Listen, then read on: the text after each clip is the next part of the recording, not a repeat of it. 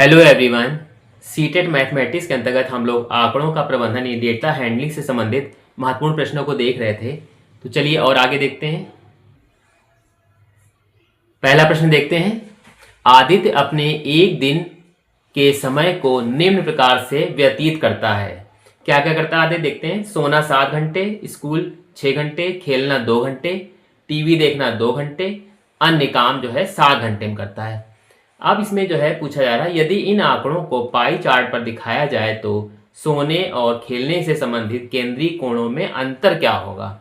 इसमें एक चीज़ ये समझना है कि इसने जो टोटल 24 घंटे का जो समय है और उसको जो है अलग अलग तरीके से उसने डिवाइड किया हुआ है। और आपको एक चीज़ ये पता है कि आंकड़े जब पाई चार्ट पे दिखाए जाते हैं, यानी गोल फॉर्म में दिखाए जाते हैं, तो उसमें जो टोटल का जो अंश होता है वो होता है 360 डिग्री। ठीक है, तो यहाँ पे हमारा घंटों का विभाजन किया गया, यानी कि 24 घंटे को हम लिख सकते हैं यहाँ पर 360 डिग्री, 360 डिग्री हम ये लिख सकते हैं। तो अब जो चीज पूछा जाएगा उसके हिसाब से जो है हम यहाँ पर इसको अपॉन में करके सॉल्व कर लेंगे। तो यहाँ पे कितना दिया है, सबसे पहले पूछा किसका जा रहा है, सोना और खेलने से संबंधित। ठीक है, सोने का जो केंद्र होगा, केंद्रीय कोण होगा, उसमें पूछा जा रहा केंद्रीय कोणों में अंतर। सोने से संबंधित केंद्रीय कोण, सोने से संबंधित केंद्रीय कोण क्या होगा, केंद्रीय कोण यहां हम लिख लेंगे। कैसे जानेंगे, देखिए 360 डिग्री है, 360 अपॉन कितना है, 24 है, 24 घंटे इंटू सोने का कौन सा है, इसमें सोने का 7 घंटे का समय है, तो ये हमने 7 यहां लिख दिया। पर इसी को सॉल्व कर लेंगे, सोने संबंधित हमें मालूम चल जाएगा।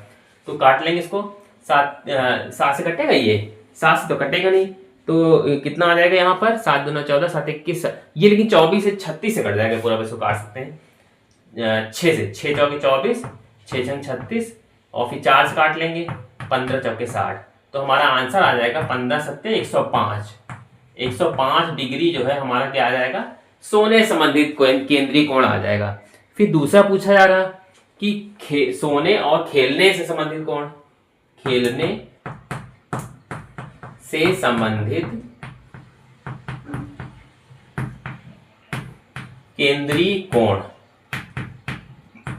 क्या हो जाएगा इसका, खेलने संबंधित,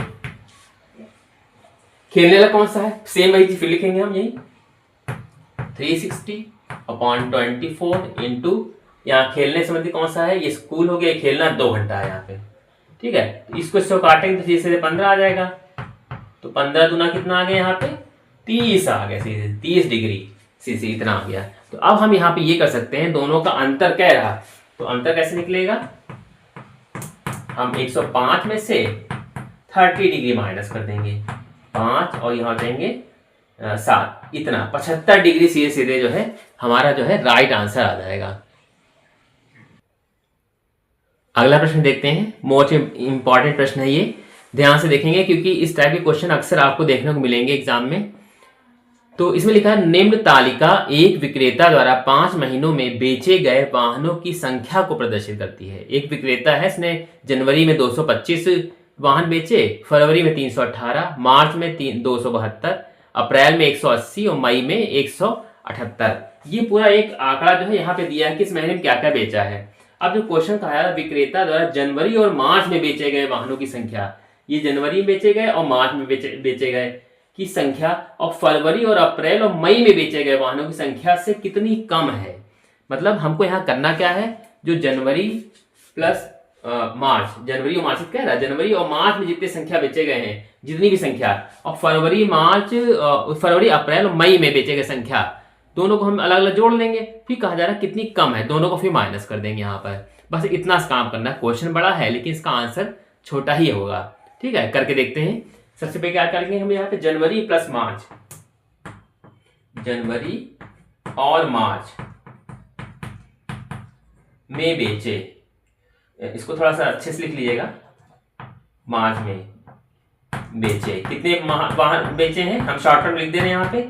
जनवरी में कितना है 225, और प्लस मार्च में पूछा जा रहा, तो मार्च में कितना है 272 लिख दिया, हम इसको जोड़ देंगे यहाँ पे, तो 5 2 7, और ये हो जाएगा हमारा 7 2 9, 5 2 7, 7 2 9 और 2 2 4, 497। हमारे जो 497 जो वाहन आए हैं वो हमारे कौन से आ गए? जनवरी और मार्च में जो हमने मतलब उस विक्रेता ने बेचे।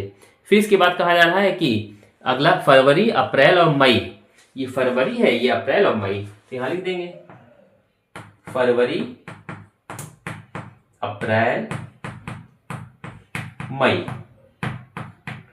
में बेचे वाहन। कितने हो जाएंगे बेचे वाहन? फरवरी में 318 प्लस फरवरी बाद अप्रैल, फरवरी अप्रैल में 118, 180 और प्लस मई में 178। ये हमने इसको तीनों को एक साथ जो है हमने इसको यहाँ ऐड कर लिया, तो कितना आ जाएगा यहाँ पर हम लिख लेंगे और फिर दोनों को हम घटा देंगे एक साथ में। ठीक है, देखते हैं आगे